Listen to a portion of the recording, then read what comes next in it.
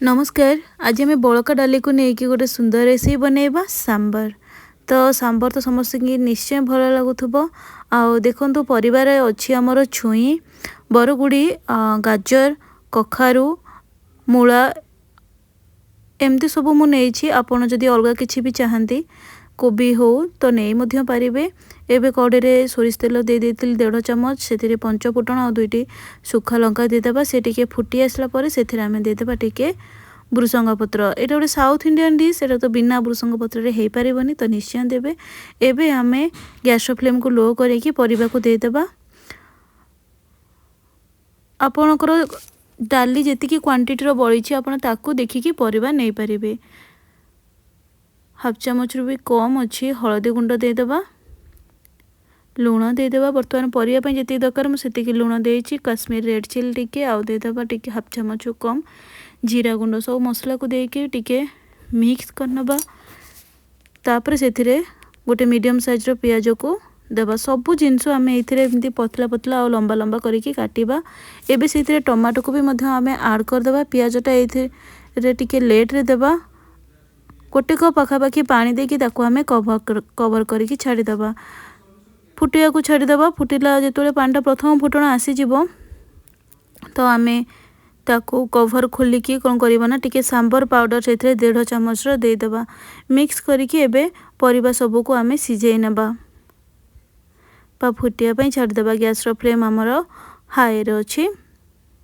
एबे जो पानी देथिले से टिके फुटिला परे आमे आउ टिके बैगण रखिथिले देदेबा। बैगणटा जेहेतु आमे लेट देथांदी तो सेथि पई पानी सब भलरे फुटिला परे आमे बैगण को ऐड करबा। एबे ये देखंतु अच्छी आमर बड़का डाली ए डाली को आमे डायरेक्ट सेथिरे ऐड करबा।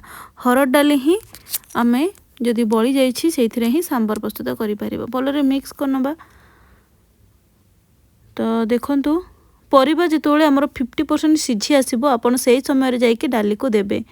तो डाली को दे साला परे कवर करनेबे। तापरे ताको भलो भाबरे आमे मिक्स करनबा। एबे आमे सेथिरे 2 ग्लास पाखापाखि पानी को ऐड करदेबा। पानी हल्का उषुम अच्छी पानी देदेले कौन हम ना सांबर आमर जी फुटब से टेस्ट लगे। जेहेतु एथरे जो डाली अच्छी से तो ऑलरेडी सिझिकी अच्छी किंतु परिवाटा भलरे सिझिया दरकार। एबे सेथिरे टिके तेंतुलीर रस देदेबा। अल्प टिके तेंतुली को मु गोटे घंटा पे रखी देथिली तार रसटा दूची। ये देखंतु खाली कौन सांबर करवा टिके बरा प्रस्तुत करवा तो बरार बैटरटा भी सेपटे रेडी कर नहीं। एबे आमर देखंतु परिवा सबू पूरा भल भाव में सिझी आसलानी किंतु सांबर जी फुटब से भल लगे। हाफ चामच गुड़ देदेबा। मो पाउडर गुड़ ये यूज करी आपन चाहिए आमर जो नॉर्मल पानी गुड़ थाए ताकू देदेबा दे पारिबे। जेहेतु एथरे आमे टमाटो ऐड करिछे आउ तेंतुली रस ऐड करछे तार बैलेंसटा ठीक आसिया पई आमे गुड़टा को देबा। तापर ताको भलरे फुटिया को छाड़ी देबा। भल भाबरे गुड़ पकेलार फुटिला परे जाईकी आमे सेथिरे देदेबा आउ 1.5 चामच सांबर पाउडर आमे टोटाल 3 चामच यूज करे। प्रथमे देथिले परिया भाजिला बेले आउ वर्तमान देले।